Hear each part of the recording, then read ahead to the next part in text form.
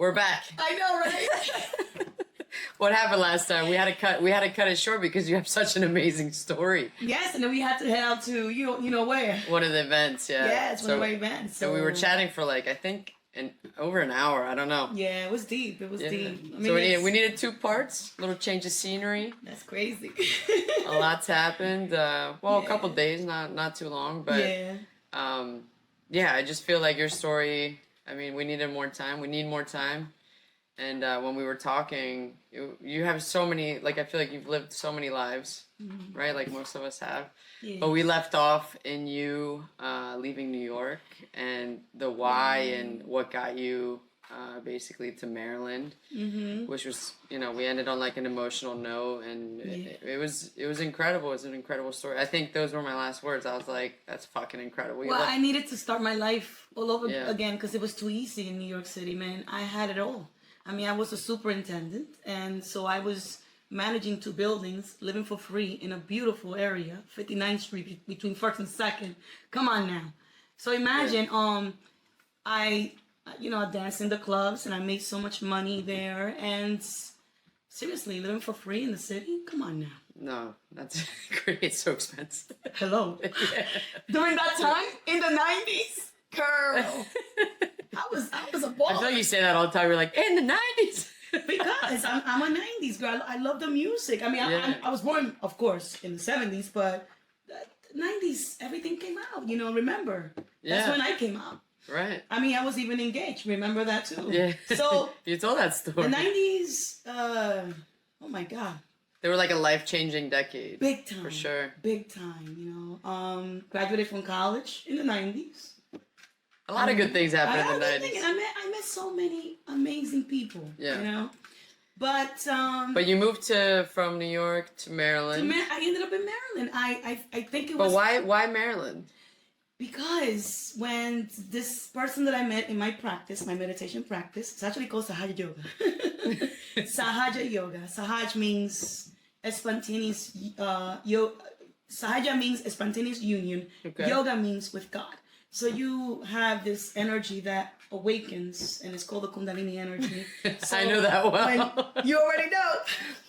Jackie always comes and she's like, she sees somebody at the house and she's like, I need to raise your Kundalini. Come over here. In a very positive way. I don't force people. I just basically...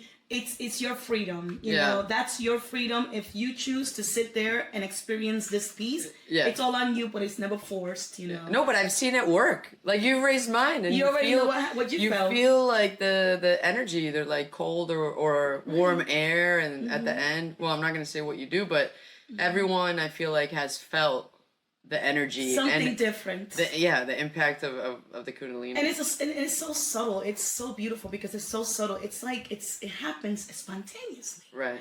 And the Kundalini energy. I mean, if you look at the 3.5, it's in 3.5 coil. I actually have it. It's on my tattoo.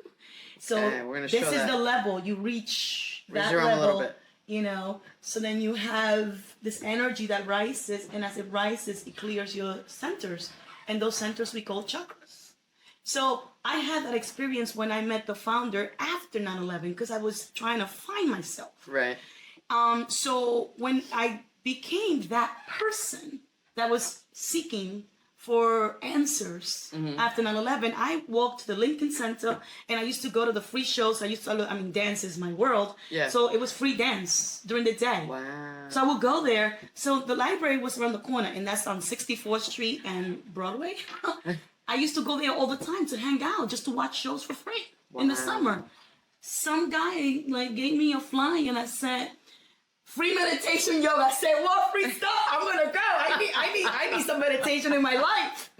Girl, I go in there. It was a beautiful theater. Even when I walked around there, I can feel the vibrations because that's when I was born again. I felt born again. You know what I mean? Yeah. That feeling? Like you felt like I feel so enlightened, And I can tell you a story. When I walked in there, I saw people with their eyes closed. I mean, I've been to many temples. Even Hare Krishna. With my ex. We went in there and we were like, this is too quiet. And why are people with their eyes open? It's supposed to be closed. But I respect every practice, every religion. It's so good. That's how they roll. Right. I know I walked in there and it was like, I saw like people with their arms open. I'm like, whoa, this is different. I feel a sense of peace. But then you have people, yogis, that already been in this practice for 20, 30 years, talking about their experience. And that's cool. The founder was coming. Wow. The founder of Sahaja Yoga was on her way, got back from India, and was on her way to talk about the Kundalini energy. That's sick. I didn't know that. So you met her. I had this fro. My fro, I swear to God, I had such an afro that even when I became a yogini, everyone remembered me because of my afro. Wow. So I haven't seen a picture of you with the afro. You need to send it so we can post it up. I got lots of pictures, boo. Even wearing a sari, an Indian, dress. So to make a long story short, I'm sitting there, and I'm like, who's this woman, and why is they doing this? I want to learn this. And then everyone was talking about how this energy make them better singers, actors. I mean, they were successful in everything that they would do. And I'm like, oh my God, this is amazing. And then there was a huge picture of her with this energy coming out of the sun. I don't know, it was so beautiful. Wow. It was so powerful. I said, I need to meet this lady. So I waited like 1 hour, 2 hours, 3 hours. Boom, 8 o'clock. It was 6 o'clock. 8 o'clock, she shows up, right? When she walked in, I went like this. Oh my God, I know this. And I just closed my eyes. And she started talking. I could just hear her talk about the peace, the energy, the enlightenment, the chakras, the 7 chakras. Mm-hmm. At one point, we went through the affirmations, because you do go through affirmation for this energy to rise. Right. But for people that already have this awakening, they can just do it spontaneously by just raising like what I did to you. Right. So, boom. That's crazy. She said, if you don't have faith, come up on stage. You went up. I got up on stage. I walked to, and I sat right next to her. Wow. And everybody that was there, she just kept like looking at them and checking their vibrations. And I was just standing there just watching her. All of a sudden, with my hands out like this, because you can feel your chakras on your fingertips. Yeah. That's when you know if there's a blockage. So I kept thinking in my head, like, I wonder what you feel. Do you feel problems, issues about me? What is wrong with me? You were looking for answers. I was looking for answers. Like, what is wrong with me? I wanted to ask her. I said, I wish you can just like look and just tell me. She turned around, looked at me, and went like this. In other words, I'm here. Right. I feel you. So then I went around behind her, and I looked at her hair, and all I saw was like this energy coming out of her hair. And I just kept looking at that, and I'm like, this is so beautiful. I feel so joyful, and this joy that I just don't even understand. Girl, I never liked the rain because my hair, my fro, it would mess everything up. I walked out, it was pouring, and I had to take the train. So let me tell you, I'm like, you know what? I don't give a fuck. Let it rain, because I am free. I am free. But freedom meant a lot of things for me. Mm-hmm. Letting go of the past, letting go of the future, and understanding what it's like to be in the present. And that alone is a journey. Because it's hard to be in the present. That's like anxiety, right? Like you're always like thinking about it's because because we are so used to thinking about the future. We're consumed on like what's gonna happen. What are we gonna do? Right, because we worry too much. Yeah. We worry too much. So being on even thinking about my past, because we all, not all, but some of us have a rough past. Yeah. And that is one layer that is hard it's just so hard to fix. Mm-hmm. Because that's so many, if you believe in previous lives. Yeah. Can you imagine carrying that side with weight? So you have to break away from that as well. That's why when I mentioned in the another conversation about forgiving, yes, you can forgive yourself, but I'll be honest with you, yes, you can forgive others, but it's hard. It's so it's hard. it's hard because you gotta still fix yourself, and you do have so many layers, so many layers. So I I try to be so humble with myself because I do know that I'm still working on myself. Yeah. But I don't beat myself down anymore. I embrace my pain and I embrace my peace. And I can say that because I'm the type of person that I just don't, perfection, come on now. We're human beings, but we are also the spirit.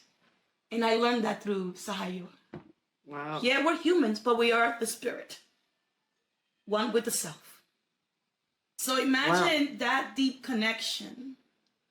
And then meditating at home by myself and learning about my own silence. The first thing that came up, you gotta go. You gotta leave your home. And I had it all. You what? You heard like a voice inside that was like, go? Like energy? It was just an energy. It was just, I saw myself leaving. Wow. You know? Like your time there was... Done. Done. So, of course, that didn't just happen, right away. I had to go. I was getting in so deep into Sahaya yoga that I would go to the practice and people got to know me and I was so involved. And then I ended up going to these huge retreats. And so I found myself in this beautiful place in upstate New York. Like a wellness retreat? I've always wanted to do It was that. one of those, they call them like ashrams. Yeah. They had a hangar for people to just sleep in there, but we had pujas. Wow. How long did you do it for? This whole going... No, the retreat. Like, did you do a 3-day, 5-day? Oh, it was a weekend thing. A weekend We thing? get there Friday and leave Sunday. Wow. Yeah. So here I am, sitting, just meditating by myself. By myself alone, quiet. It was all land, beautiful land. And this person was walking, and I'm like, who is that? Indian woman, I was like, wow, who is that? Like you were checking her out, or you? Well, there was a love. There was an energy. Like I knew her. Okay. It was just like a very interesting connection, because even for Friday, she just kept looking at me. So she came and she was like, hey, I said, hi, how are you? Can we meditate together? I said, sure. I said, you want me to work on you? I'm like, I would love that. Because working on someone, it's like clearing out a lot of everything. Yeah. So it was wonderful. So I worked on her, she worked on me. And then we just connected and talked, and I met her family, and then she invited me to have, during the spring time to Maryland. Oh, she lived in Maryland. Burnsfield. I mean, not Burnsfield. That's what Burnsville. Burnsville. Yeah. Okay. So that's like Jersey. I'm going there. I'm going to Jersey right now. Anyway, my sister lives there, but I'm not gonna get. We don't like Jersey. We're from Philly over here. No, New York City, baby. You're right.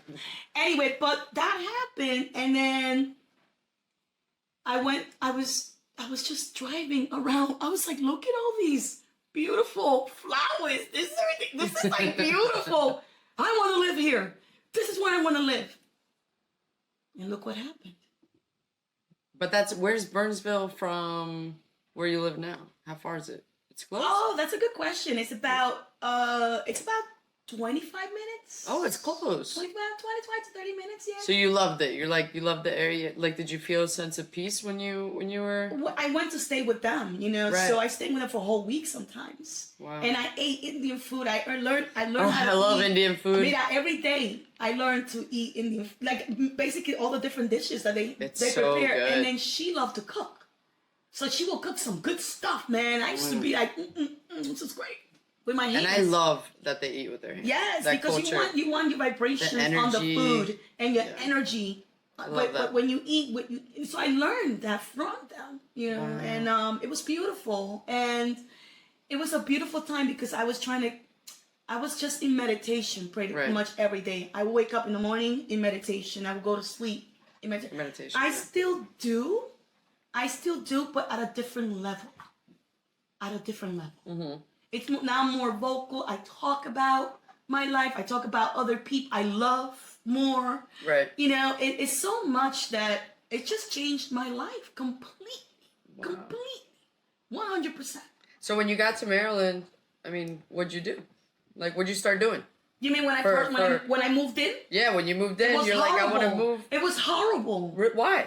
Because I started subbing for the schools, Montgomery County. You know, I was a teacher in New York City. Oh, yeah. So I started subbing for the schools, but then I didn't know 3 inches of snow, the schools are closed. Are you kidding me? In New York, 16 inches and you still open. Cleveland roads. No. Here it's like a little... What the hell? Little So wind and everything's closed. Broke. Oh, shit. Most of the time. With a little dog. My baby Stella. Poor thing, trying to deal with the change. I'm trying to deal with the change. I moved to Clinton, Maryland. I lived with... That's where I lived. Remember? Right? I think well, the Rotunda. years apart, but Rotunda. Yeah, we were like in the Rotunda. same area. We figured that out like That's crazy. a little while ago. Not too long ago. Yeah. But that goes to show you, you know. Clinton, Maryland. Amazing. So I lived there for 2 years. Uh-huh. 2 years. And it was hard because I was subbing everywhere. I would go to Annapolis. Really? I would travel. So what, they call you just like Yeah, they'll call you. The county hires you? Yeah, or what? the county hires you. So, and I heard it was really hard to become like a substitute. A sub, yeah. In Montgomery County because they pay more. Right. When I got in, baby, I was like, Wow. thank you, God. And what did you teach? No, well, you know, it was, subbing for elementary school teachers, like, you know, first grade. Like general. The general stuff, Okay. reading the books. But, you know, when I was a first grade teacher in New York City, I had a bunch of Dominicans. Oh. That was uptown. There's 80-year-old teacher broke out. She literally broke out and never came back. What do you mean? She just left and never came Why? back. In New York, teachers have tenures, which means that they yeah. So think about that. She was like, I'm done with this job. She's So like, what I'm happened? out. The principal decides to keep me in the classroom. So I said, what do you want me to do here? Well, you'll probably be their teacher for until we find out. Girl, that never happened. So I said, but what am I reading? These books? I came to this country at the age of 10. Why the hell do I need to read The Caterpillar? What the hell is this? The caterpillar?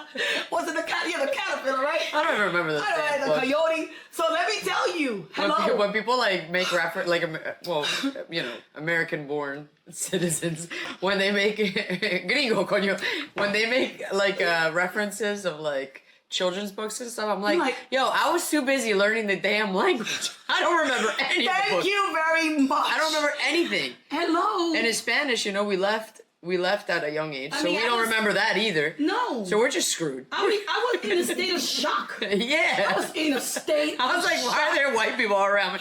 Where are my people at? Because back then, there was barely any Latinos. I mean, I had a bunch of Puerto Ricans and Dominicans in the classroom. See, you were at least with... But it wasn't easy. It wasn't easy because they all spoke English. I mean, they're mostly Puerto Ricans. So the teachers were very judgmental and very nasty because I was the only ESOL person sometimes in the classroom. Right. Think about that. Yeah. You know how that you feel? You feel left out. No, I was the only Latina. Yo, son. In the ESL, yeah, it was just... ESL was horrible in the sense that... No, but it was... But it helped. It helped a lot. It wasn't that bad. I mean, because we learned the language. Of course, it helped. taught us... Well, it did. But at the same time, it divided us too. Because it was like... Okay, I know in the elementary school they wanted us all together. Yeah. But that was a problem not just with the students, it was the teachers that had an issue. Especially, I'm sorry to disrespect, but some white teachers didn't like to work with ESOL students, and only because we couldn't understand. I mean, this teacher made fun of me only because she was asking me social studies, right? Whatever race, I mean, she was asking me a question, and then I looked up because I didn't know what the hell she was saying, and then she said in a loud voice, "What are you looking at the moon?" I remember that. That's messed up. And everyone laughed at me. And that's messed up. She was probably a miserable person, didn't like her job. You know what I'm saying? But anyway, to make a long story short, I became a dual language teacher for 35 Dominican kids. Damn! I loved them so much. They were my babies. But then I created a program. So as I reading, these kids were already cold from coming from an apartment with no heat. So they had to sit on the floor that was cold. Okay? So I am reading this book to them. I'm like, okay, nah, we're gonna dance to the story. We're gonna dance to the story. We're going to enjoy the story by dancing because I want you guys to learn about the story. So I will go home and I would just read the story and start choreographing the moves. And I would play music in the background. So guess what? They called it, the coordinator that was actually training me, we both sat down and she was like, let's call it Connecting Movement Through Literature. I'm like, oh my God, that would be great. So every book I would read, every book, and we danced to the book. We danced to the story. We perform on stage. The principal was like this. She even came to observe. The superintendent came to observe my classroom because it was working. I ended up in the teachers' union. Guess what? Teaching them how to make reading more entertaining, more interesting. That is such a good idea.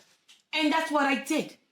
So then I became the dance teacher of the school. You need to do that now again. I know, we should do that, right? Yeah. Nobody take our idea. Her idea. Hello? Hey, scratch this. I'm going to trademark the business. Don't worry, I got Maurice. Shut up, Maurice. Maurice, you already know. Oh, no, that's such a great idea. So I did that for 2 years because then I became the dance teacher of the school. And all the teachers would give me their books. Wow. So then it became a whole show. But wait, this was in New York. In New York City, baby. 165th Street. Why do you always reference the Because street? that's how New Yorkers see we are. Hello. In Amsterdam. Booker T. Washington. No, PS 165. Oh my Booker God. T. Washington I was doing the program, the after school, the Pekin program. So did you bring that program in Maryland or what? When you started subbing? They cut the program. This is in the 90s. They cut because of the budget cuts. So my program, there was a budget for my program. I was able to teach this to a lot of teachers. Like, this is what you want to do, and take this to the classroom. Make reading enjoyable. Connect that. Yeah. Just the movement, the music, and my students, they enjoy themselves so much. Wow. I mean, I have lots of pictures, and I'll bring them so you can see have to send them. So when you were subbing here, so you did that for a little while, and then, but you weren't getting jobs, like, enough, right? So how did you, like, survive? How'd you make money? So living with my brother-in-law's best friend, it was easy because he helped me a lot. I was living for free. But then it was time for me to move out. Right. So I ended up going to Calverton in PG County. Mm-hmm. I rented a studio. And that's when things were going like so bad because it was snowing a lot, so I wasn't making money. My fridge was empty, no food. And it was hard for me to ask for help at that time. Mm-hmm. I wanted to prove to everyone that I could do it. That you can make it, yeah. That I can make it. There were very dark moments. Only because I didn't see a fridge full of food, and my dog, I had to feed her too. But it was bad. It was so bad that I didn't have money to pay the rent. But luckily, my brother jumped in. I had to tell my brother, "Yo, son, I'm going through it."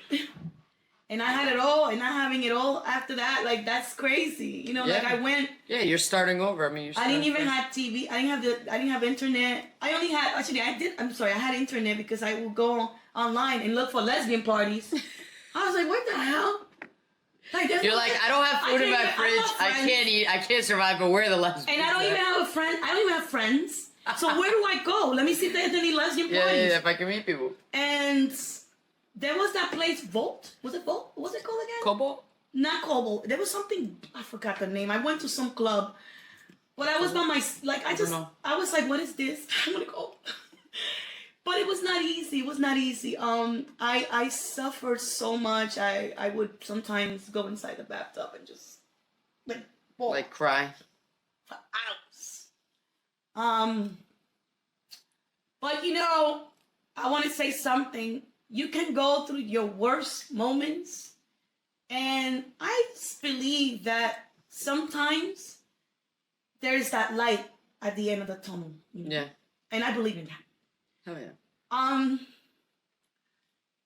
I hear people moving next door because it was a small hallway. There was only 2 apartments in that hallway. So there was an apartment here and my apartment.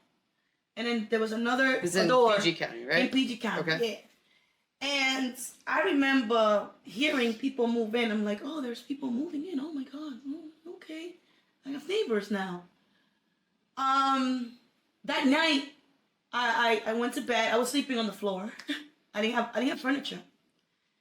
And my dog, she will sleep with me because I needed that love, Poor thing. Poor Stella. Oh, Stella. Dogs are the best. That's why she's my baby. I will always think of my dog. Gosh, we've been through so much together. So, boom. I had a dream that there was someone opened the refrigerator and I hear bags. Shh. You know when they're taking out groceries and they put in? Yeah. So I'm trying to wake up because this dream felt so real. I'm like, what is going on? Who's here? Who's in my kitchen? Who's in my kitchen? So I hear like the sound. But it was peaceful. It was not scary at all. Boom. So next day I wake up. Then I'm trying to find ways to see if I can maybe find another job real quick so I can make money. Now it's like 6 o'clock. Someone is knocking on my door. I'm like, who's knocking? I don't even know any. So I look, peek, and I'm like, oh, who's that lady? So I open the door, and this lady has a plate of food. I say, hi, I'm your neighbor. So I just wanted to come and introduce myself, but I wanted to give you a plate of food. And I'm like, oh my God. Which is so rare. That does not happen. Think about It's so rare. And her name is Luz. So Luz, you need to watch this because you know how we disconnected for many years. Oh, send it to her. Guess. Shout out to Luz. Guess how we found each other again? How? Through my video with Gabe. Wow. Because it went viral, so she found me.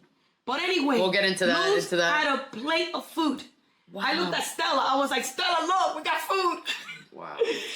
And I said, oh my God, you're an angel to me. Like, you're an angel. Thank you. I just, okay, you want to come in? And he says, yeah, sure, come in. And I was eating. You were eating, oh my gosh. I was so hungry. Yeah. And I said, where you from? He said, I'm from Mexico. Mexico! Wow! And my husband is from Sri Lanka. Oh my God. Wow. And that's why I taste the spice. Yeah, we both cook a lot of spicy. I'm like, this is amazing. And you love it. We love spicy. Because I grew, with my dear instrument, that is, I just learned spice. I can eat very strong spicy food. Right. So imagine with a Sri Lankan and a Mexican. Oof. And they cook. And they cook. Did you have toilet paper? Huh? That's another conversation. But that's another conversation. Anyway. So you ate, you met an amazing neighbor. Family with their 2 kids, you know, and I was invited every day to have dinner. Beautiful. And every day I would go and eat, and things were picked up for me, and started working for a program that had, that was all for young adults with disabilities. Yeah. Mostly in wheelchairs. And from there, I started think about it. That was my first experience. Yeah. And they were my trainers. And I kept going up and up. Then the school, the private school, the Ivy Mouse School. And then Kennedy Krieger. And then I became a nanny. And working as a nanny, too, for 3 houses. I mean, there was 3 families. Uh-huh. Another training. So it's like, I'm talking about 15, 20 years. All special needs? Special needs. Always yeah, special because needs. that's the thing that happened. The magic that happened in this program at the JCC. Yeah. Wow, so you were a nanny for 3 different families? Yes. Like all children with disabilities? Yes. Wow. I think that JCC trained me, and then from there going to the Ivy Mouse School. I mean, working for the Ivy Mouse School, Kennedy Krieger. It was just like it was already aligned. But you were moving up. Like, exactly, I mean, you were like... in so many ways. And I worked so hard. It was hard work, but I loved it because I embraced these families, you know, and I learned so much from them. But it got to a point that I found something even greater, and I think you know what I'm going to talk about. This is what I wanted Zam to get. Dance. Yeah. Zam What Dance. is Zam Dance? Zam Dance is my dance fitness program with my, I get so excited. For, you know, children and adults with, you know, intellectual and developmental disabilities. So I started this program 10 years ago, and you know we celebrated 10 years in October recently, on my birthday, October 8th.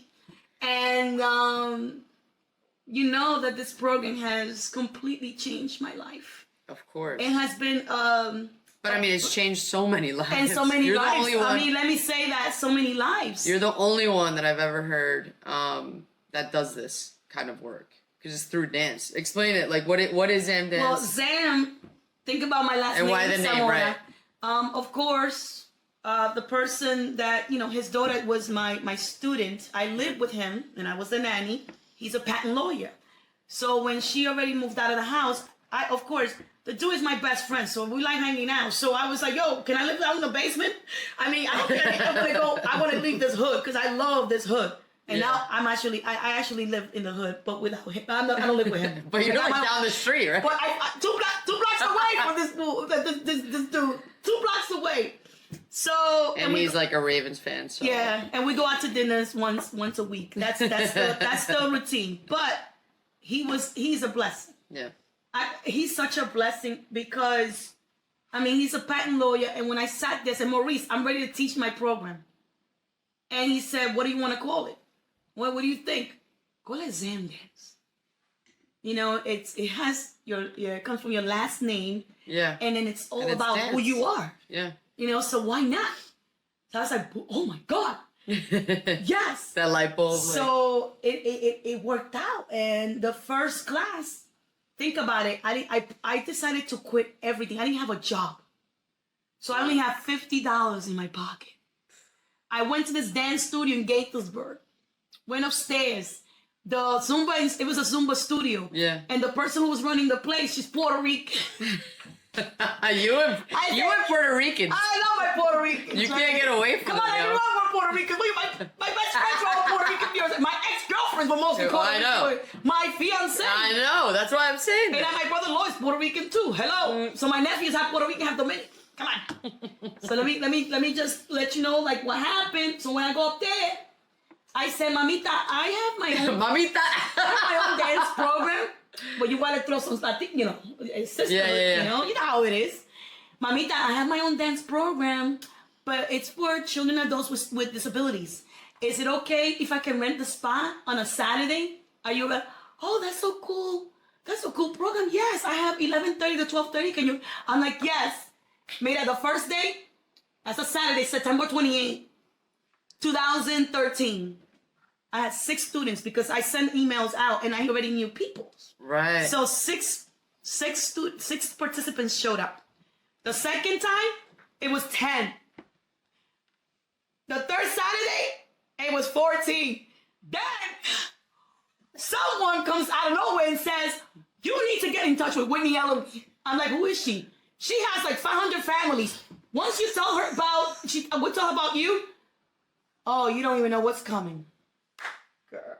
And that's what happened. To make a long story short, Whitney was my voice. Whitney was the power of Zam Dance. She is the godmother of Zam Dance. She is everything. When she found out about me, she came with her son. He loved my program so much that it was like every Saturday. She looked at me and said, where have you been? I've been looking for you for so many years. Oh my God. And I said, I'm right here, boo, and I'm not going anywhere. That's so sweet. We decided to have our own events. And it was the Halloween parties, spring fling, packed the place. And this woman has been a blessing to me only because the reason why Zam Dance is Zam Dance today is because of Whitney. She was my voice. And she still is. Oh, she still is. Shout out to Whitney. Yes. And shout out to also Nicole, because through the internet, people have been really reaching out to me. Nicole's Gabe's mom? Yes. Yeah. Nicole got us, man. And You already know. congratulations, she just got engaged, right? Yes, with Caroline. So it's awesome. Gabe, I love you. Thank you so much for just being present with me. And we'll put up a video of that the video has to that be, went viral.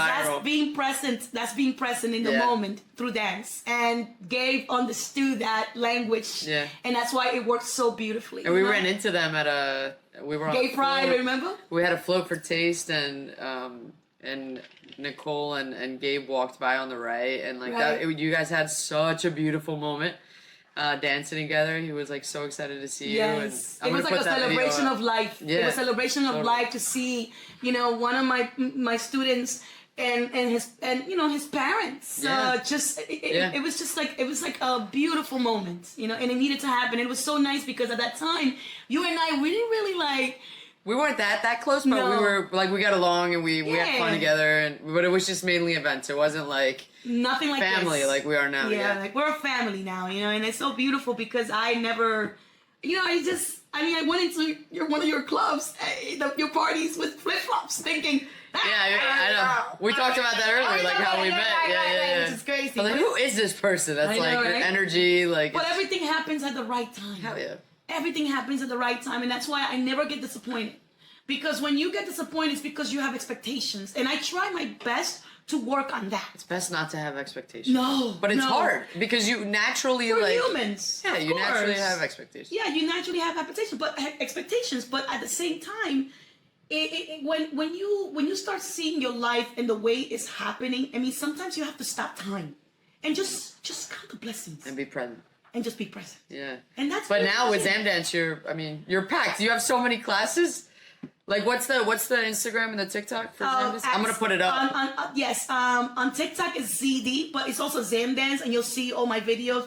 Instagram. Yeah, guys, go on Instagram and on TikTok and just put Zamdance. ZAM Dance, and also on Facebook. Incredible work. Zamdance Zam Movement Inc. Because I also have a nonprofit. Yeah. And the nonprofit is called Zam Movement Inc.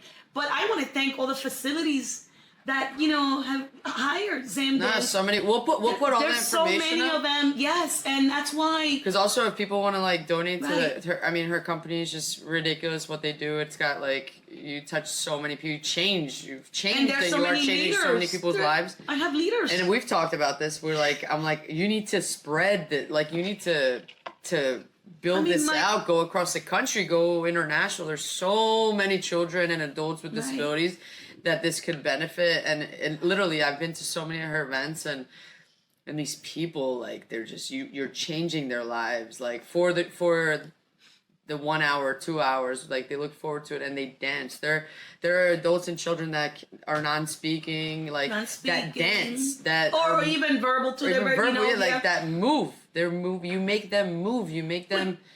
But that's because they have the ability. When I am there with them, I don't think they have a disability. No, they have the ability to do. It's just at a different level. Yeah, it's at a different level. And that level is so different, and I can see. And I always think that's a way higher level than us. Absolutely, because it all has to do with energy. Yeah, it's totally all about agree. And the beautiful thing about them is that they know where to feel safe, and they feel safe. And it's wonderful work. It's a powerful movement because it has nothing to do with dance. I mean, it is beautiful because dance is involved, but it's a different type of world that when you're in it, and people that never will go for the first time, I mean, the first thing they say, how do you do it? And I say, just be natural, just be yourself. Yeah. And just accept them for who they are. It's beautiful. And it's that's how you accept the world. Yeah. Because people, make fun of them, and it's not, and it's so terrible because you know what? They're just like you and I. Yeah. It's just, just gotta push them a little bit, but it's okay because they get it. No, but it's beautiful. And they get it in Zamdance. Come on, I have them singing in Spanish songs. When I play merengue. You just played salsa, ¿cómo es? Salsa hecho de Cali, la salsa de Cali. Sí. And Daniela, did you see the video? Introduced if you go to Zamdance, watch the video, and this is salsa. And they started breakdancing. It was beautiful. Yeah, it was amazing. I mean, this is what I'm talking about, and I want to show the world But we gotta spread it. We gotta spread it. We gotta spread it. Absolutely. If anybody knows any adults or children with disabilities, and you can also do virtual. I told you, like they just even. I mean, during the pandemic, it was virtual. Right? It was all virtual. It was all virtual, and it was a blessing because I thought that I was going to lose my business. I mean, I was in bad shape. Like I was like, oh no, this is not good. This is not good. But it's been amazing. Your work is fantastic. I admire you. I'm proud of you. Like keep it. You know, there's no one like you. I do have to say that. Like you are eres única. Like you are only you. Only you. There's no one else like you. And I think that's also like people go to see you and they want. Right. So it's hard, obviously, like if you find other people because it's not going to be you. But you can change so many more lives. We've talked about this. And people tell me, "Oh, I'm surprised that you're not going viral. Like, why are you not going viral?" And I say, "You've gone viral." I mean, I say it doesn't really matter. All I want is for that person that's feeling down, that if these videos help them in some way, then you know what? That's exactly what I want. That's what you want. Yeah. Only one person. I mean, of course, a lot of people do reach out to me. It's like, oh my God, I was having such a bad day, and you made my day. Thank you so much for what you do. You make me want to go out there and dance. You know, and those are the things that I want to do. Like, I want to give that, you know, because I'm a giver. You know, I'm a giver, and to have a community. A community that supports you. That's huge. It's huge. So thank you for my Zam moms and Zam dads for not giving up on me. You are a part of my wings too, you know? Oh, that's beautiful. Well, Jackie, let's and this is dedicated to them. It is? They probably didn't even know. Yes, this is dedicated to all the parents, all my families. That's beautiful. Okay. I love it. It's your flower. So let me ask you this to close up our I feel like we can talk for like 10 hours. Oh, and it's my logo, by the way. Real quick. That's my logo. Right here, yeah. Yes, and these are my students. We'll put up pictures too. Yeah, I love that. Yeah. So people can see your tattoos. This is my story. My story's here. It's beautiful. I love your story. I really wanted, like, when I started the podcast for people, I was most excited about you because obviously you've become like my sister.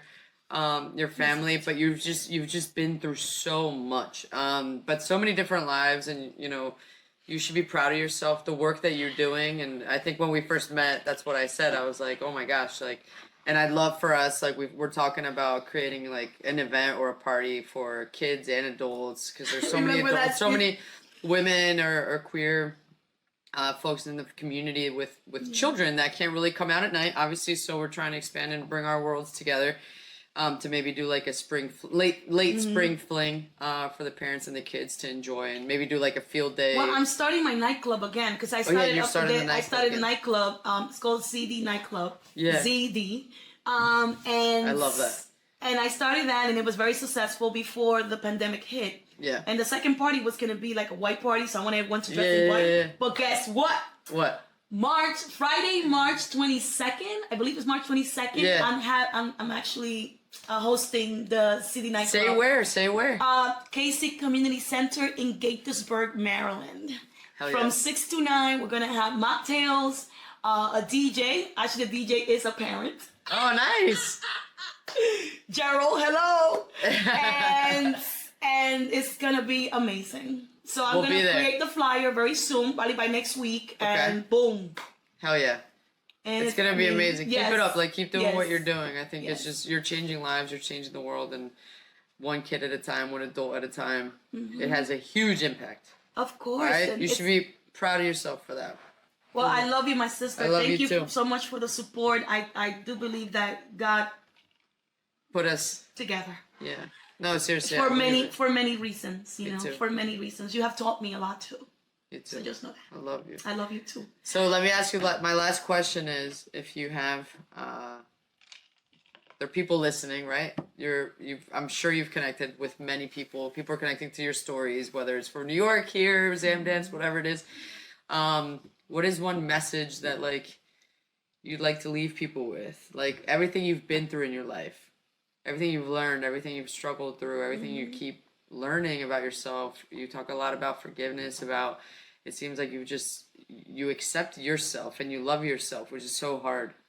I feel like I haven't even gotten there yet. I mean, it's a work in progress, a daily work in progress. But what's your message for everybody to remember you by?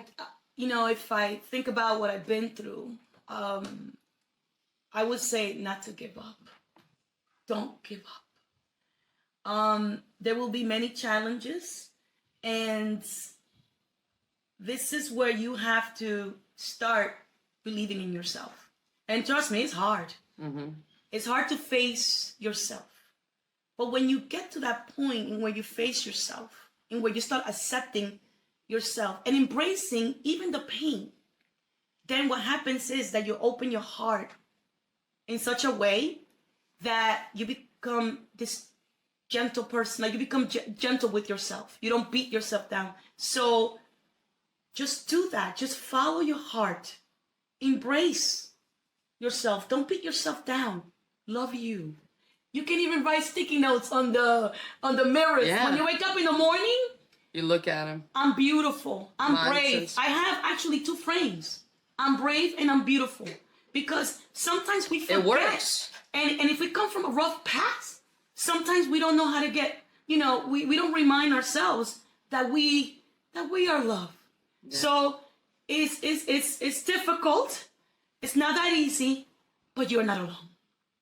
I love that. You're not alone. That's all I gotta say.